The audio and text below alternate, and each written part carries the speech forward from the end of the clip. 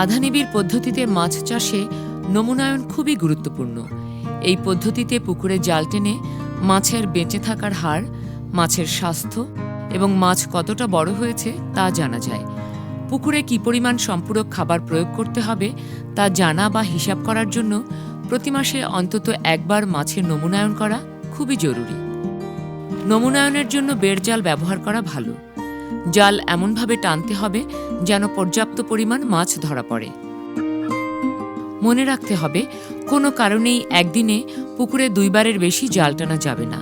এমনকি যেদিন জাল টানা হবে তারপর অন্তত কয়েকদিন পুকুরে জাল টানা থেকে বিরত থাকতে হবে। কারণ পুকুরে একবার জাল টানলে মাছের উপর যে চাপ পড়ে তা পূরণ হতে অন্তত 2 দিন সময় লেগে যায়।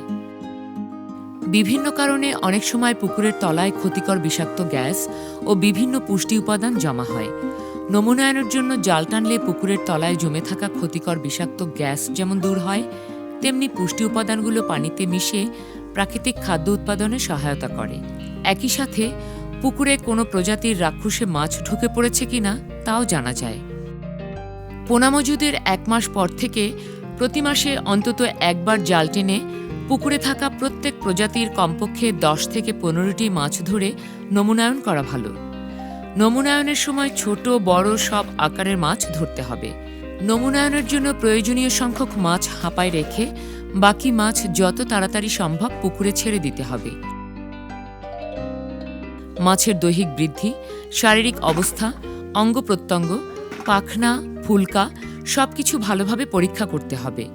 এমনকি মাছের শরীরে কোনো ক্ষত বা দাগ আছে কিনা, পরজীবী লেগে আছে কিনা তাও পরীক্ষা করতে হবে।